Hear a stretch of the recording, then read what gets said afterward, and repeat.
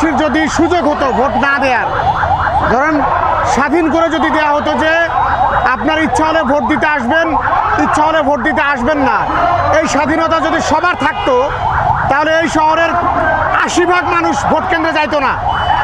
শতকরা ৮০% মানুষ ভোট কেন্দ্রে যাবে না, কারণ ভোট যাদের দিবে তারা সবগুলো এরকম চুতিয়া। দেখেন এখানে পুরো রাস্তাটা আটকায় দিছে এবং পেছনে দেখেন মানুষগুলো ঘুরে ঘুরে অ্যাম্বুলেন্স পর্যন্ত ঘুরে যাচ্ছে। এই যে একটা অসুস্থ রোগী পরিবহন অ্যাম্বুলেন্স, সেই অ্যাম্বুলেন্সকেও ঘুরে যাইতে হইতেছে এই শহরে।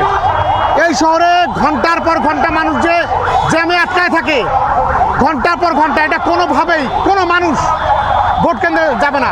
তাদেরকে স্বাধীন করে দেওয়া হোক, কোনো ভোট, এই দেশে যে ভোটের যে সিস্টেম, এই সিস্টেম বন্ধ করে ভিন্ন পদ্ধতিতে দেশের মানুষের জীবন পরিচালনা করার পথ তারা বেছে নিত। এই দেশে প্রতিনিধিদের মানুষ গোনে না, এদেশের আইন নাই, কানুন নাই, কিচ্ছু নাই, পুলিশ নাই, শৃঙ্খলা নাই এদেশের মানুষের মধ্যে। ঘন্টার পর ঘন্টা থেকে দেখেন প্রত্যেকটা মানুষ এখানে ঘুরে ঘুরে যাচ্ছে।